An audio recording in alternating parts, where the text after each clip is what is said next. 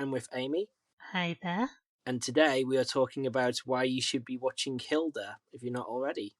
Hilda is based on the Hilda Folk comic series, Netflix series. There's been 2 TV seasons made at the time of recording, and it's a great show we love to tell you about, right, Amy? Oh, yeah. Excellent. So, the story from my perspective is I got into the show because of the theme tune, if that makes sense. The theme song is really nice.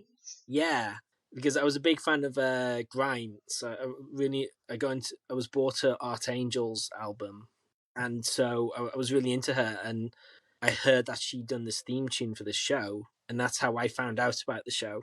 Oh, well, I found out about the show just mostly, I think, through word of mouth. Although looking back on it, I've recognized the art style, and I think I'd seen some graphic novels in bookstores before.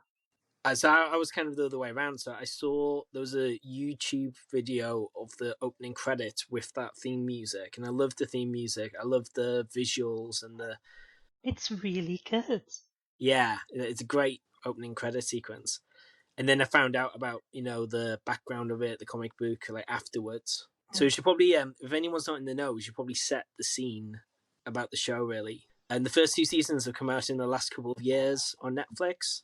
It's a joint Canadian UK production, I think. And as I said, it's based on a graphic novel series by Luke Pearson, the original series, and it focuses on this preteen girl called Hilda, and it follows like her friends who we'll talk about shortly, and they kind of live in a faux Scandinavian type setting, but with like fantasy elements included. Yeah, and I think the aesthetic at the start of it is probably what you'd describe as cottagecore, with them living in their little house out in the woods. Although that dynamic gets interestingly mixed up fairly early on. It does, yeah. So we start off with them being like in the woods, as you say. You miss who else lives with them. That there's Hilda, there's her mother Joanna, and there's Twig. And Twig, her adorable deer fox. Absolutely adorable. I mean, that's quite a nice illustration of how there's some animals and creatures in it that are like the same as what we have or similar, but with like a little fantasy twist. And then there's the weird ones like the woofs, which are also incredibly cute. Yes, it's kind of got a cute but terrifying vibe throughout, I think. I wouldn't say terrifying. Like, this is the coziest TV show imaginable. Like, it has some underlying darker themes that come up as it goes on, but it's always portrayed in just this really, really nice way. Yeah, I've kind of likened it to a junior version of Buffy the Vampire Slayer before. And nothing to do with vampires or anything, but more kind of the scrapes they get into and the tone of the show kind of thing. The monster of the week encounters. Yeah, exactly. So yeah, we start off with Hilda, who is in the woods with Twig and her mother.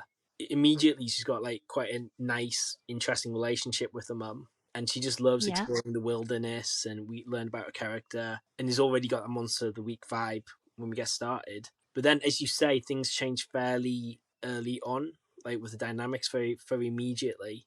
Although we probably don't want to spoil too much of that, of how that happens. Yeah, But we can say what happens. so we could say that like that a lot of the action later takes place in the biggest city of Trollberg.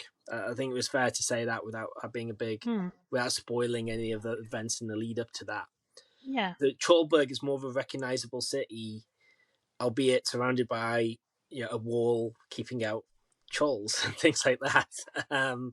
It's more of a like one of those sort of large towns rather than so much a city as such, I think. Yeah, that's fair to say. It's all walled to keep out the trolls. But to Hilda, it's like even like to us as a viewer, it's still a very like fantastical, crazy, interesting place. To her, it's like a massive step down from like the wilderness she was in, where she could easily run into animals whenever she. Oh yeah, Hilda can't stand that place. Yeah, and so I don't know if fish out of water is the right phrase, but it's kind of it disrupts it. Like she's very free spirit, and then her going to school and meeting people and getting used to this town, and the anarchy she brings. It's very much not her vibe. Yeah, and I think that dynamic pushes a lot of the plot lines along, especially in season one. Mm, mm. It certainly influences character relationship dynamics because Hilda is, as you say, more of that free spirit, but a lot of the other characters, even the ones who are close to her, that might be a bit too much for them sometimes.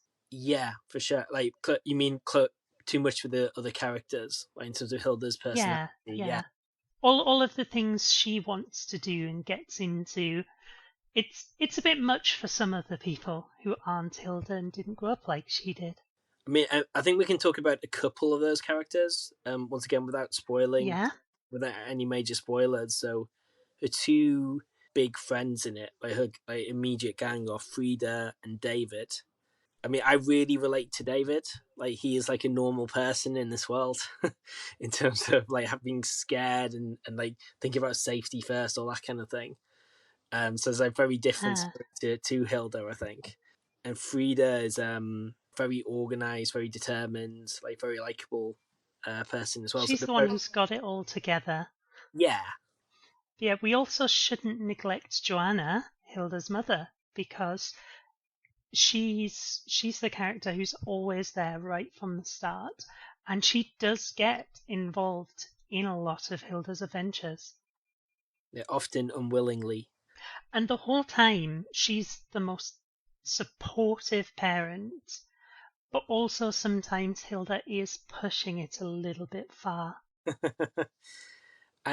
What's interesting is she's trying to like shepherd police her daughter, whilst at the same time she's kind of a fish out of water too, and she's adjusting to a new life, which brings her own challenges. It's quite nice they got the plot, the story arc for the like mum written in as well, made her fleshed out character too. Yeah, she really gets a lot of character development over the course of the show. So so yeah, there's a lot of so great setting, great characters. I mean, there's lots of other great characters they run into, which we won't go into too much details to avoid spoilers, of course. hmm There is at least one favourite of mine. Pray tell. Aha. Probably go into that more in the in our more in-depth podcast. I mean, it's. I think everyone who's seen it like has certain, and we will go into it in that more in-depth podcast where we go through each episode. Everyone will have their own fan favorite character, definitely, hmm and they don't. All shows should do this anyway, but they always make a special effort of like putting in the backstory, and so you really care about the characters they run into, but they do it with such a light, funny touch.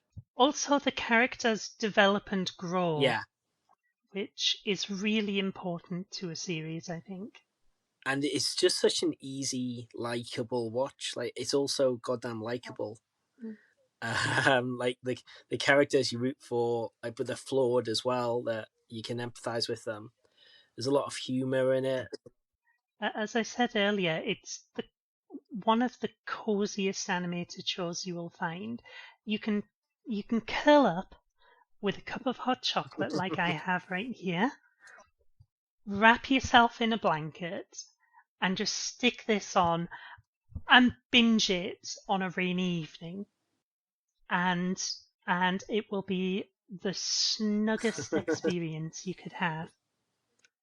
I think that's an excellent summary, Amy. It's just it's such a lovely, easy, cozy watch. Cozy is a great word for it, I think, and it's cozy while still giving you some Hmm. adventure and bits of darkness, but in the right kind of way, and still like being very imaginative in like the things that the events that arise over the course Hmm. of the series. And it really feels like the world is constantly growing and developing, and the characters in it are. So there are characters who are initially seem like they're being introduced as Yeah, one-offs, but then they start becoming staples of the show. And it's not shoehorned in either. It's like very natural how they become staples as well, I think. The whole story flows, yeah. I mean, this is kind of a wider point, but I quite like it when shows and movies they change up the characters a bit and change the dynamics, and they have like little like subplots and like other things going on, kind of thing. I think it always makes it quite rich, like and like Yeah, quite dynamic, like to watch as a show. yeah. You really feel like something's happened to the characters in all these episodes and they're actually growing from their experiences.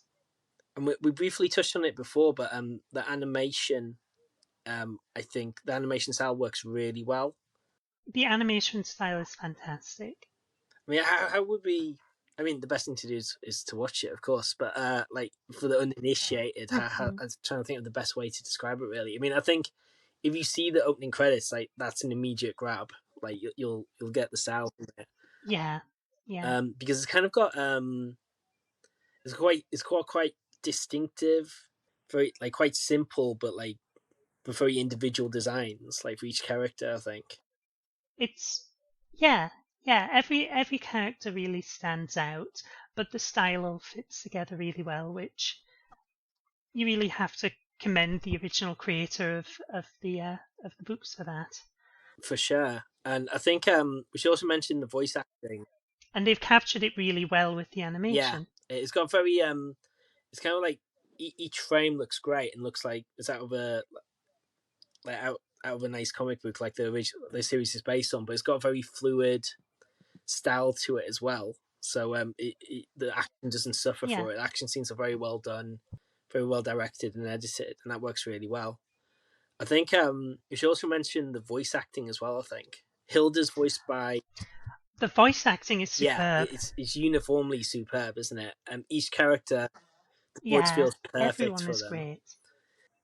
And like Hilda's voiced by Bella Ramsey, who quite a lot of people will know, I think, Yep. from the Worst Witch series and from Game of Thrones. If people remember her in Game of Thrones, Yeah. Scene Stealing Turner.